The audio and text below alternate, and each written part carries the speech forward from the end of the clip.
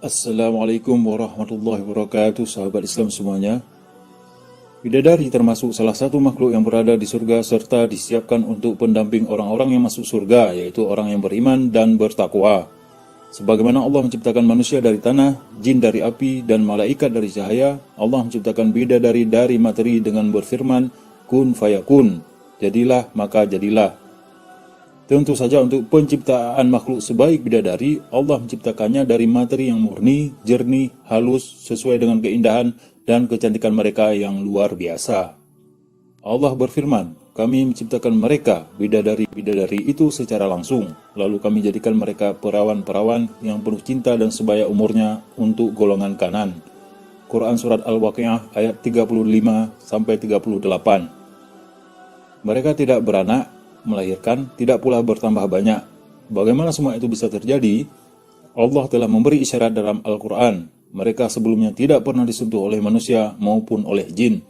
Quran Surat Ar-Rahman ayat 74. Kehamilan dan kelahiran pada umumnya tidak akan terjadi kecuali melalui proses hubungan seksual. Allah mensucikan para bidadari dari semua itu. Penciptaan yang secara langsung merupakan derajat dan kedudukan yang agung baginya. Bidadari itu diciptakan sebagaimana adanya, artinya ia langsung tercipta dengan kecantikan dan perhiasan yang menghiasi pakaiannya.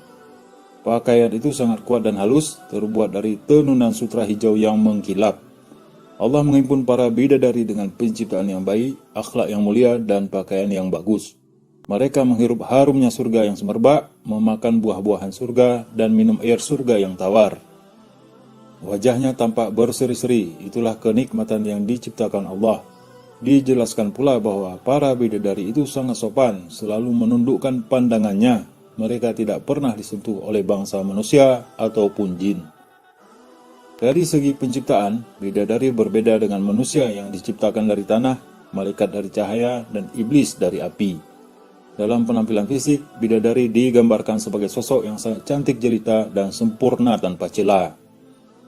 Dalam hal ini, dalam sebuah hadis telah diriwayatkan dari Ibnu Abbas radhiyallahu an, sesungguhnya Nabi Shallallahu alaihi wasallam bersabda, sesungguhnya di dalam surga itu ada bidadari yang dinamakan Aina, diciptakan dari 4 unsur, yaitu dari misik, kafur, anbar, dan za'faran.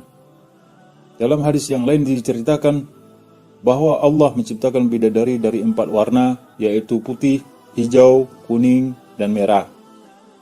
Diciptakan Allah tubuhnya dari za'faran, misik, anbar, dan kafur, sedangkan rambutnya dari sutera.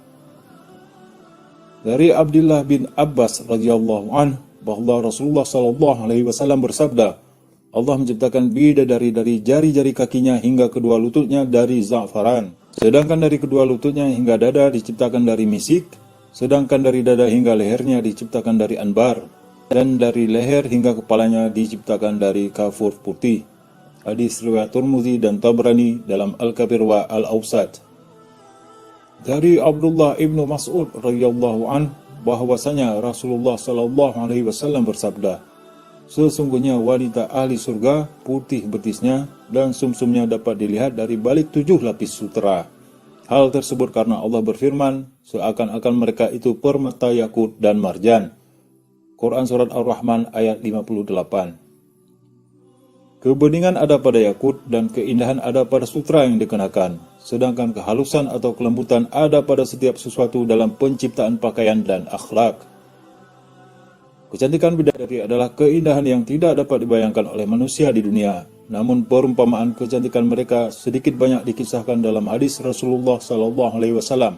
Diceritakan dari Anas radhiyallahu an bahwasanya Rasulullah SAW bersabda, kalau saja wanita ahli surga muncul ke dunia, niscaya menjadi terang bercahaya ruang antara langit dan bumi, penuh dengan angin, dan mahkota yang ada di kepalanya lebih baik daripada dunia dengan segala isinya.